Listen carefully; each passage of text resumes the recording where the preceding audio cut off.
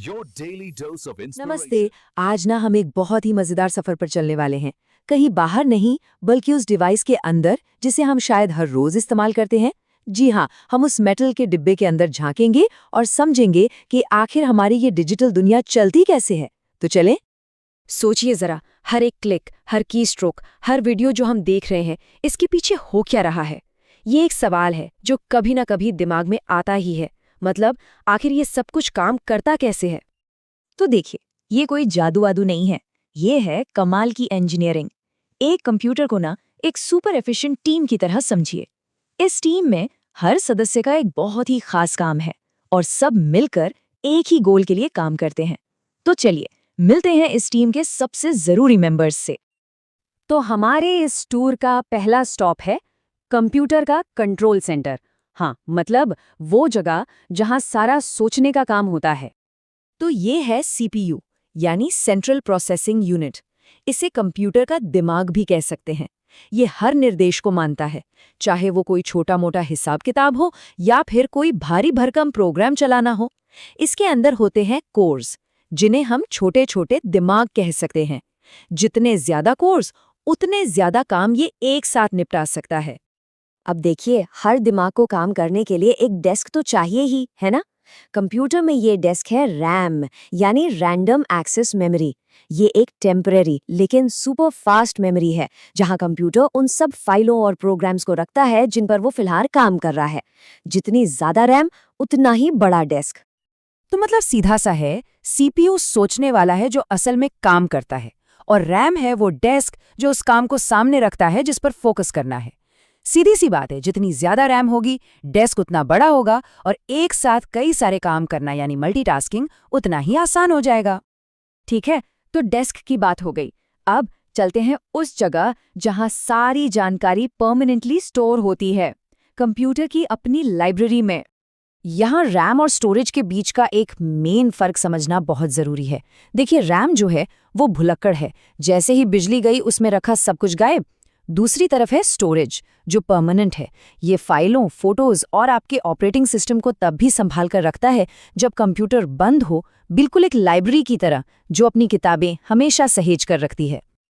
अब स्टोरेज भी मेनली दो तरह के होते हैं। एक है एचडीडी, यानी हार्ड डिस्क ड्राइव। ये घूमने वाली डिस्क वाली पुरानी टेक्नोलॉजी है, थोड़ी सस्ती है पर हाँ स्लो भी है। और दूसरा है एसएसडी, यानी सॉलिड स्टेट ड्राइव। ये नई फ्लैश मेमोरी वाली टेक्नोलॉजी है। ये बहुत बहुत ही तेज है, लेकिन थोड़ी सी महंगी पड़ती है। एसएसडी से कंप्यूटर सेकंडों में स्टार्ट हो जाता है, जबकि एचडीडी थोड़ा टाइम लेता है। तो अंदर के सारे जरूरी पुर्जों से तो हम मिल लिए। अब देखते हैं कि कंप्यूटर बाहर की दुनिया से, यानी हम सब से कैसे बात करता है। इसे कहते हैं इनपुट और आउटपुट। बहुत सिंपल है। इनपुट वो है जो हम कंप्यूटर को देते हैं, जैसे कीबोर्ड से कुछ टाइप किया या माउस से क्लिक किया। और आउटपुट वो है जो कंप्यूटर हमें वापस देता है, जैसे स्क्रीन पर दिखने वाली तस्वीरें या स्पीकर से आने वाली आवाज। तो ये पूरी कहानी एक सीधे से फ्लो में चलती है। हम कीबोर्ड या माउस से इनपुट्स देते हैं, सीपीयू और रैम उस पर प्रोसेसिंग करते हैं और ज़रूरत पड़ने पर स्टोरेज से मदद लेते हैं। और फिर आखिर में हमें मॉनिटर या स्पीकर पर आउटपुट मिल जाता है। Input, processing, output. बस इसी 3 स्टेप में सारा खेल है। चलिए अब आते हैं हमारे टूर के आखिरी और शायद सबसे जरूरी हिस्से पर, वो चीज जो इन सारे अलग अलग पुर्जों को एक साथ जोड़कर रखती है। ये है मदरबोर्ड। अगर सीपीयू कंप्यूटर का दिमाग है, तो मदरबोर्ड है उसका नर्वस सिस्टम।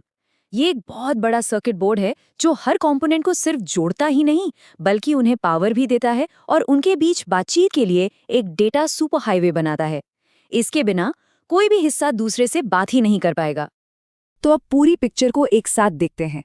जब किसी ऐप के आइकॉन पर क्लिक होता है तो क्या होता है? एक छोटा सा क्लिक दिमाग यानी सीपीयू को एक ऑर्डर देता है। सीपीयू फौरन लाइब्रेरी यानी स्टोरेज से उस ऐप को उठाता है और उसे काम करने वाले डेस्क यानी रैम पर रख देता है। ये सारा कम्युनिकेशन होता है नर्वस सिस्टम यानी मदरबोर्ड के जरिए, ताकि वो ऐप स्क्रीन पर दिख सके। और ये सब पलक झपकने से भी तेज हो जाता है। और ये सब हमें एक बहुत ही दिलचस्प सवाल पर लाकर खड़ा कर देता है। ये सारे कंपोनेंट्स लगातार छोटे, तेज और कहीं ज्यादा पावरफुल होते जा रहे हैं। तो सोचने वाली बात यह है कि भविष्य में ये तरक्की टेक्नोलॉजी के साथ हमारे रिश्ते को कैसे बदलेगी। खैर, इसका जवाब तो आने वाला वक्त ही देगा।